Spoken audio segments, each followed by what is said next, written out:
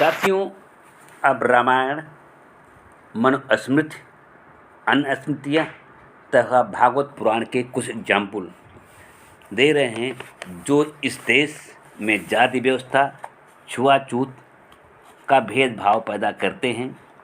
एक वर्ग को सम्मान और दूसरे वर्ग को अपमान की दृष्टि से देखने का आदेश करते हैं। वाल्मीकि रामायण अयोध्या कांड सर्ग 109 में लिखा है कि जैसे चोरों के साथ व्यवहार किया जाता है, उसी तरह के व्यवहार बौद्धों और शकहोणों के साथ करना चाहिए। इसका मतलब वाल्मीकि रामायण की रचना महामना गौतम बुद्ध के पैदा होने के बाद लगभग 2500 वर्ष बाद लिखी गई है। वहीं व्यास स्मृति में लिखा है कि बनिया, किरायत, कायस्थ, माली और कुर्मी आदि जातियाँ शूद्र कैटेगरी में आती हैं। इनसे बात करने पर सूर्य के दर्शन से शुद्धि होती है। अत्र स्मृति में लिखा है कि जो नीच जप और होम करे वह दंडनीय है। आगे लिखते हैं, पति के जीवित रहते जो पत्नी उपवास करती है वह पति की आय को घटाती है। यह विश्व स्मृति 466 में लिखा गया।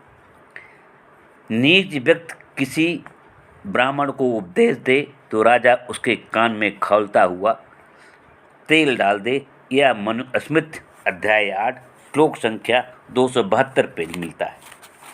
अगर ब्राह्मण चंडाल के बर्तन में पानी पी ले तो वह 73 दिन तक गोमूत्र पिए, तब जाके शुद्धि मिलती है।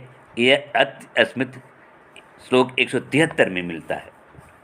नाम मात्र का ब्राह्मण कहलाने वाला भी राजा की ओर से धर्म प्रवक्ता हो सकता है, किंतु नीच नहीं। यह मनुस्मृति अध्याय 8 श्लोक संख्या 15 से 20।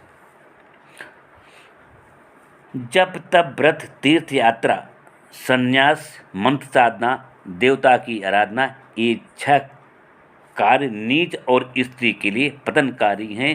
अत्र स्मृति 35 श्लोक में लिखा गया।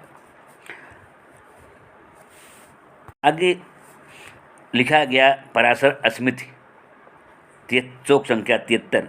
जितना पाप एक वर्ष तक मछली मारने से लगता है, उतना ही पाप ब्राह्मण को एक दिन लोहे का हल किस कार्य हेतु चलाने से लगता है।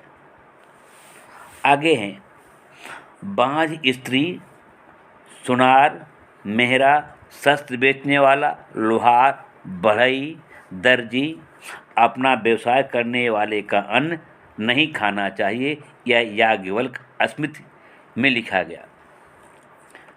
गोमूत्र काली गाय का, गोबर सफ़ेद गाय का, दूध तांबे के रंग वाली गाय का, लाल गाय का दही, कपिला गाय का घी उत्तम होता है जो ग्रहण करने योग्य है। ये पराशर स्मृति 299 से 301 तक सूत्र में मिलता है।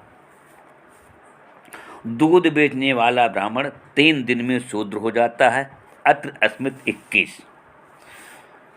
दूध, भूजा दाना, घी, सत्तू, दही, तेल, मट्ठा आदि शूद्र के हाथ से ग्रहण करने में दोष नहीं होता।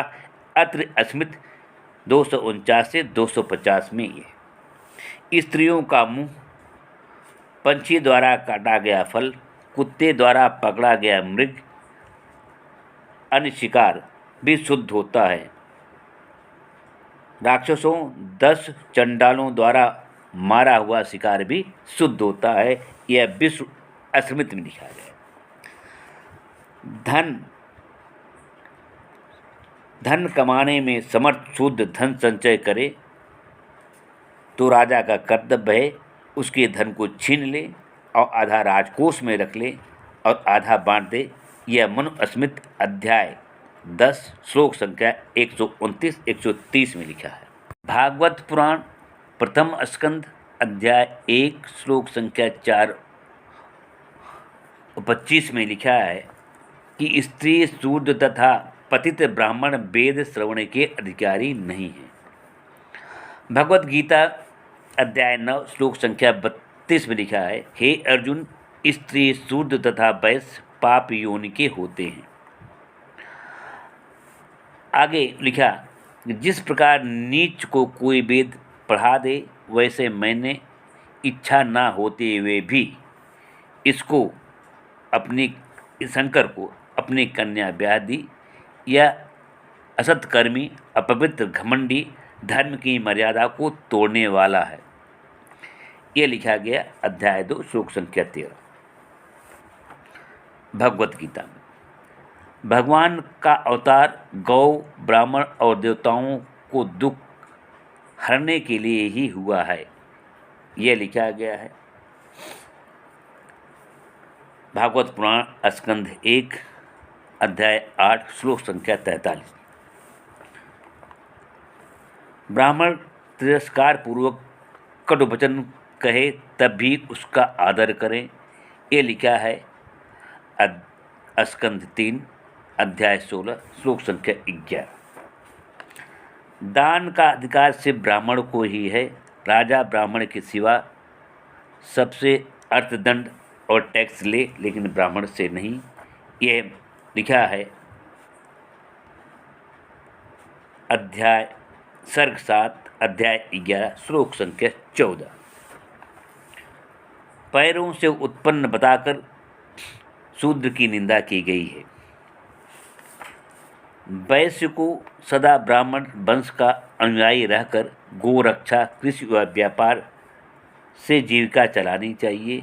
ये भागवत पुराण स्कंद 1 अध्याय 11 श्लोक संख्या 15।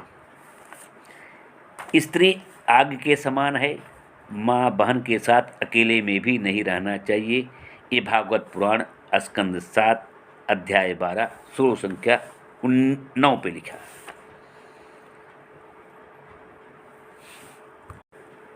राजा हरिश्चंद्र के बारे में लिखा है कि राजा हरिश्चंद्र ने पुत्र प्राप्ति के लिए जो है एक दूसरे